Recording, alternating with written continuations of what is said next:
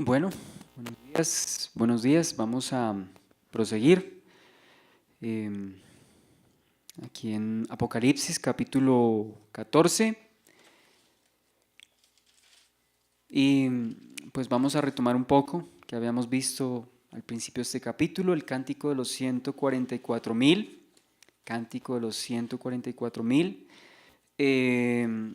Bien, habíamos hablado respecto al Cordero que estaba con estos 144.000 sobre el monte de Sión, ¿no? Y eran los sellados, o son los sellados, como lo vimos en Apocalipsis capítulo 7.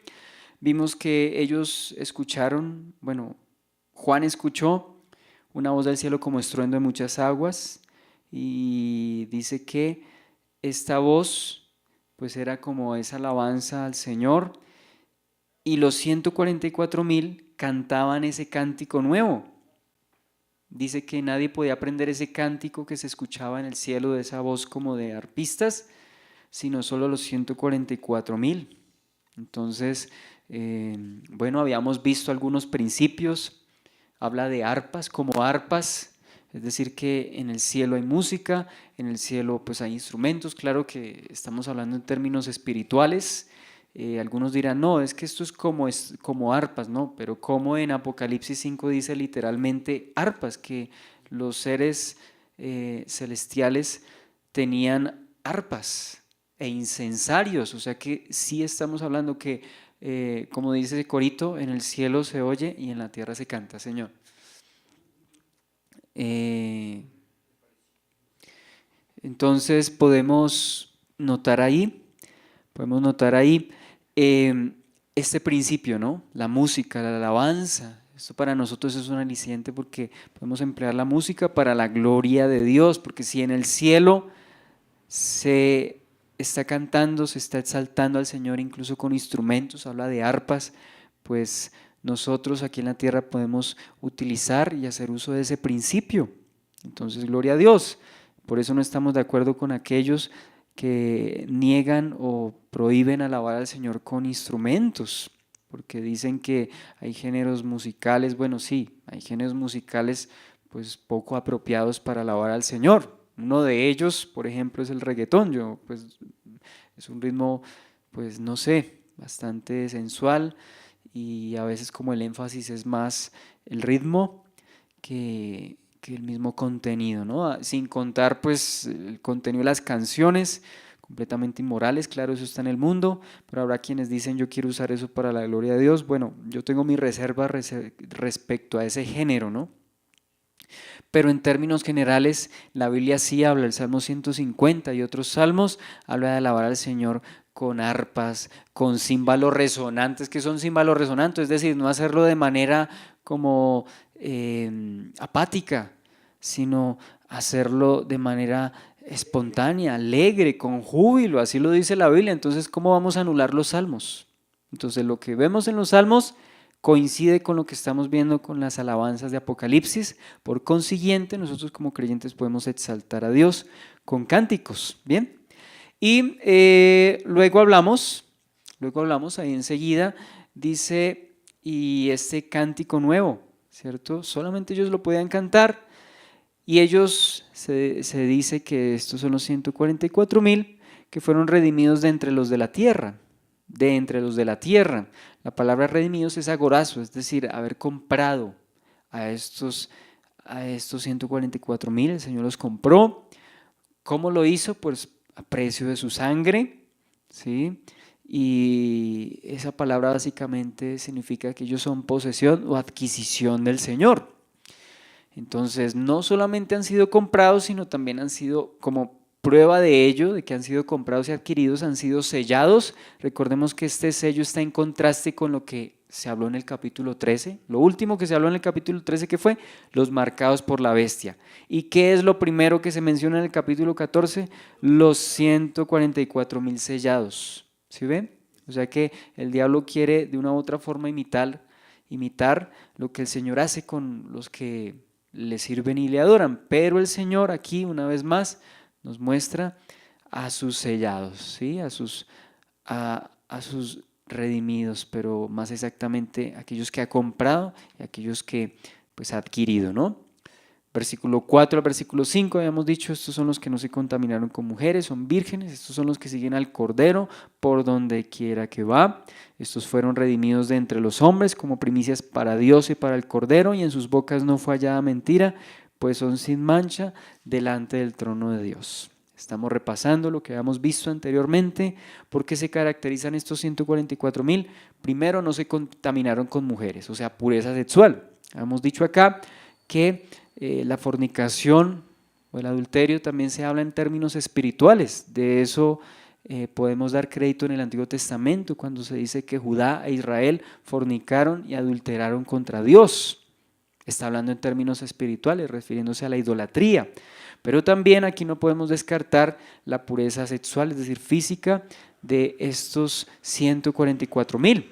No necesariamente significa que, digamos, que no hayan sido casados, sino básicamente no fueron inmorales, ¿cierto? No fueron inmorales, ¿cierto? Tenían pureza sexual, fuesen solteros o fuesen casados. Segunda característica, siguen al Cordero, o sea, es decir, la fidelidad y devoción al Señor, ¿sí? Es decir, una obediencia incondicional, siguen al Cordero por donde quiera que vaya, es decir, fidelidad y devoción incondicional, ¿sí? Aún hasta la muerte, aunque ellos hayan sido preservados de todos esos juicios e incluso de la persecución de las bestias. Recordemos en el capítulo 12 que Israel, representado en aquella mujer, es guardada y preservada en el desierto por 1260 días, creo que era lo que nosotros veíamos, ¿no? Tercera característica, fueron comprados o adquiridos, es decir, ya habíamos dicho que son propiedad del Señor, y dice que como primicias. Cuando hablamos de las primicias, eran aquellos frutos que eran los primeros básicamente de la cosecha, y tenían que entregar, pues claro, ellos no podían entregar lo que sobraba, sino lo mejor, las primicias eran para el Señor, ¿no? Entonces, aquí estamos viendo con estos 144,000 que no son cualquier tipo de personas, dése cuenta el calibre y la calidad de ellos, puros, fieles incondicionalmente, son propiedad del Señor, y en cuarto lugar, en sus bocas no hay mentira, es decir, que son veraces, ¿bien? Esa es la característica que vemos, por ejemplo, en Natanael. Juan 1:47 dice: Señor, aquí un verdadero israelita en quien no hay engaño. Y el Salmo 15 dice que ¿quiénes son los que habitan en el monte de Jehová? Dice: el que habla verdad, el que hace justicia.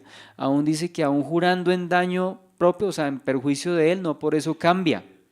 Entonces dése cuenta que ellos viven en verdad, andan en verdad, no negocian la verdad, aun cuando puedan ser físicamente de pronto perjudicados o en detrimento de ellos físicamente. Bien, entonces esa era la primera parte del capítulo 14, el Cordero y los 144,000.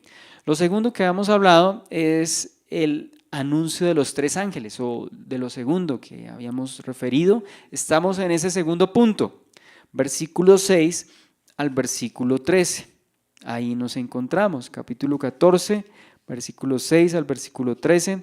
Dice: vi volar por en medio del cielo a otro ángel que tenía el evangelio eterno para predicarlo a los moradores de la tierra, a toda nación, tribu, lengua y pueblo, diciendo a gran voz: temed a Dios y dadle gloria, porque la hora de su juicio ha llegado, y adorad a aquel que hizo el cielo y la tierra, el mar y las fuentes de las aguas.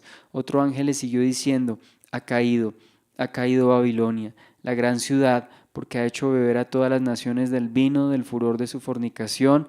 Y el tercer ángel lo siguió, diciendo a gran voz: si alguno adora a la bestia y a su imagen y recibe la marca en su frente o en su mano, él también beberá del vino de la ira de Dios, que ha sido vaciado puro en el cáliz de su ira, y será atormentado con fuego y azufre delante de los santos ángeles y del Cordero. Y el humo de su tormento sube por los siglos de los siglos, y no tienen reposo de día ni de noche los que adoran a la bestia y a su imagen, ni nadie que reciba la marca de su nombre. Aquí está la paciencia de los santos, los que guardan los mandamientos de Dios y la fe del Señor Jesús. Oí una voz que desde el cielo me decía: escribe, bienaventurados los que de aquí en adelante los muertos que mueren en el Señor. Sí, dice el Espíritu, descansarán de sus trabajos porque sus obras con ellos siguen. Entonces aquí vemos el anuncio de estos tres ángeles, pero vamos a recordar lo que hablábamos del primero, el primer ángel, el ángel con el evangelio eterno. Ese es el primer ángel, ¿sí? Vi volar por en medio del cielo a otro ángel que tenía el evangelio eterno para predicarlo a los moradores de la tierra. ¿Qué habíamos dicho con respecto a este primer ángel? Bueno, él viene y predica el evangelio y estamos viendo el carácter del evangelio. ¿Cuál es el carácter del evangelio? Eterno, eterno, eterno. Ese es el carácter del evangelio y esto lo poníamos en contraste con las cosas de este mundo. Dice, y el mundo pasa y sus deseos, lo que hay en los deseos de la carne, los deseos de los ojos, la vanagloria de la vida, todo esto que hay en el mundo pasa y sus deseos. Entonces, al reconocer que el evangelio es eterno, eso nos hace a nosotros fijarnos más en él, darle la prioridad a él, ¿sí? Algo que pues me impresiona hoy en día es que las personas enfocan todos sus esfuerzos, toda su mente, ¿cierto? Todos sus recursos a prepararse físicamente, intelectualmente, académicamente, sentimentalmente, ¿cierto? Es decir, se preparan mucho para esta vida presente, pero no hay conciencia de la eternidad. Entonces, al reconocer que el evangelio es eterno, hace que nosotros pues no le demos esa prioridad, esa importancia que a veces le damos al mundo y a nuestros asuntos materiales, y que nos centremos en lo que permanece para siempre, el evangelio eterno. Esa era la primera característica que veíamos. El evangelio es eterno, en contraste con lo pasajero, con lo que la gente a veces considera valioso.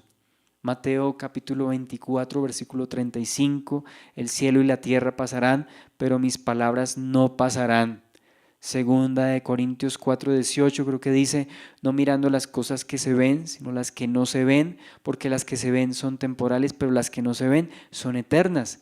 Y esas son las promesas que por el evangelio nos han sido concedidas. Entonces este es un llamado a enfocarnos en primer lugar en las cosas eternas. Por eso también dice el apóstol Pablo, poner la mira en las cosas del cielo y no en las de la tierra, ¿cierto? Porque ese es nuestro enfoque. Eso no significa que seamos irresponsables y que nos desentendamos de los asuntos nuestros aquí en la tierra.